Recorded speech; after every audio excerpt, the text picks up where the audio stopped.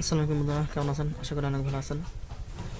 তো গত পর্বে দেখিয়েছিলাম যে মাউস পয়েন্ট কীভাবে চেঞ্জ করা যায়। তো আজকে এই পর্বে দেখাবো যে মাউস পয়েন্টার ছোটো থেকে কীভাবে বড় করব। আমার মাউস পয়েন্টার যেখানে ছোটো দেখা যাচ্ছে, তো এই ছোটো থেকে কীভাবে বড় করব সেটা চলান দেখে আসি।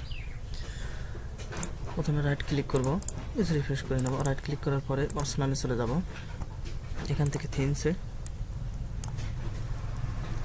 একটু বড় করে নিয়ে যাতে দেখার জন্য সুবিধা হয় আর কি। থিমসে যাওয়ার পরে হাই কন্ট্যাক্ট সিকুরেশনে চলে যাব।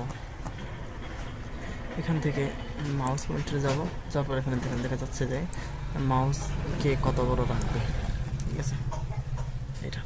আবার এখান থেকে আপনারা কালার সিলেক্ট করে নিতে পারেন, যার যে কালার পছন্দ সেরকম কালার সিলেক্ট করে নিতে পারবেন।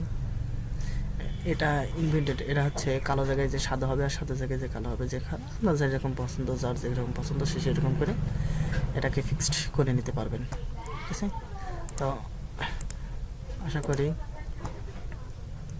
যে এখন কাজগুলো করতে পারবেন।